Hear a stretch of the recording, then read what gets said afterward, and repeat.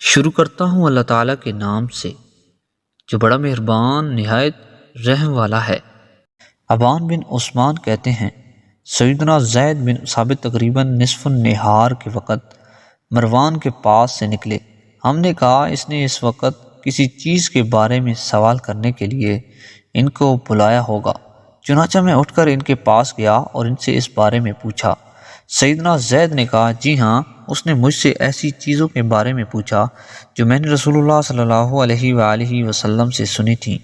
رسول اللہ صلی اللہ علیہ وآلہ وسلم نے فرمایا تھا اللہ تعالیٰ اس بندے کو تر و تازہ رکھے جس نے ہم سے کوئی حدیث سنی پھر اس کو یاد کیا یہاں تک کہ اس نے آگے پہنچا دیا۔ کوئی حاملین فقہ فقیہ نہیں ہوتے اور کئی حاملین فقہ اپنے سے زیادہ فقیہ تک یہ فقہ پہنچا دیتے ہیں۔ اگر تین چیزیں ہوں تو مسلمان کا دل خیانت نہیں کرتا۔ نمبر 1، اللہ تعالیٰ کے لیے خلوص کے ساتھ عمل کرنا، دوسرا امراء کی ہمدردی کرنا، اور تیسرا جماعت کو لازم پکڑنا، کیونکہ مومنوں کی دعا ان کو پیچھے سے گھیر کر رکھتی ہے۔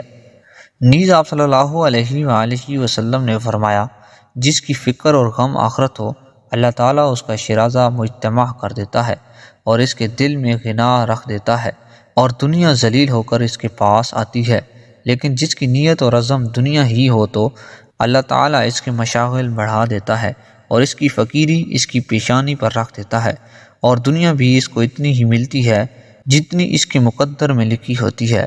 اس نے ہم سے نماز وسطیٰ کے بارے میں سوال کیا۔ آپ صلی اللہ علیہ وآلہ وسلم نے فرمایا یہ ظہر ہے۔